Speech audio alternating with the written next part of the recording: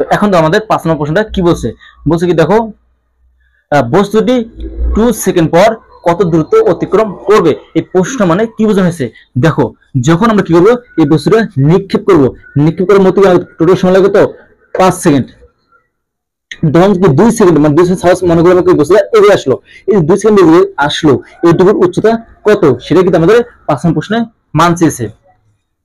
তো এখন আমরা কিভাবে বের করবো, দেখো আমার কি আছে সময় দেওয়া আছে আর 2 সেকেন্ড কি আমরা বেগ পাইছি একটা, 2 সেকেন্ড কি আমরা শেষ বেগ পাইছি। দেখো তাহলে উচ্চতা, তাহলে দেখো এইচ, এই দেখো আমরা শেষের সূত্র দিয়ে করবো, প্রথমটা দিয়ে করলে হয় কিন্তু শেষের দিকে আরো সহজ হবে, তাই আমরা এই সূত্র দিয়ে করবো। দেখো আমরা জানি H equal V plus U divided 2 into T equal, দেখো 2 সেকেন্ড ব্রেক আছে আর কি আমাদের কি শেষ আদি বেগও আছে। তো দেখো আমরা মান বসে, দেখো আমাদের শেষ বেগ কত 36.4 প্লাস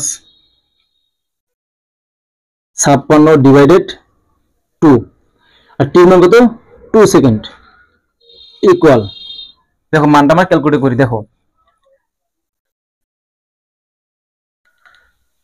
কত আছে 36.4 প্লাস 56 ডিভাইডেড 2, এটা মান কত আমাদের 46, তারপর দেখো গুণ কেছে 2, দেখো কেছে ইন্টু 2 ইন্টু 2, তাহলে মান আসে আমাদের কত দেখো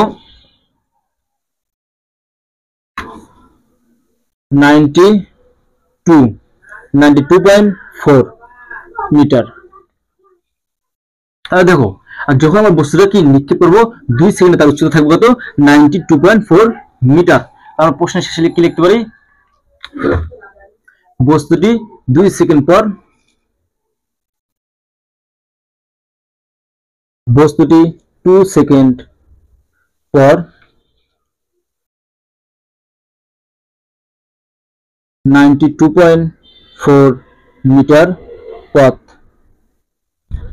অতিক্রম করবে বা দূরত্ব অতিক্রম করবে, এত মিটার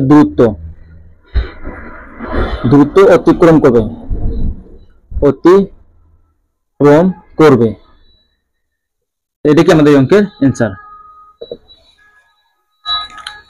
তাহলে আসলে তোমরা বুঝতে পারছো, দেখো তোমরা যদি চাও আবার কি এই যে এই সূত্র দিয়েও করতে পারবে, দেখো ইউ এইচ ইকুয়াল কি U T minus half G T square, তখন এই সূত্র দিয়ে করলে কি আমাদের তখন আর কি বেগটা লাগে না, তখন আমাদের কি যে আদি বেগ আছে জির মান আছে টির মান আছে, তখন কি আমরা এই সূত্র দিয়েও করতে পারবো। এই সূত্র দিয়ে করলে কি যে মান আসবে এই সূত্র করলে কি সেম সেই মানই আসবে। আসলে তোমরা বুঝতে পারছো, এবার আমরা কি 6 নম্বর প্রশ্নটার সমাধান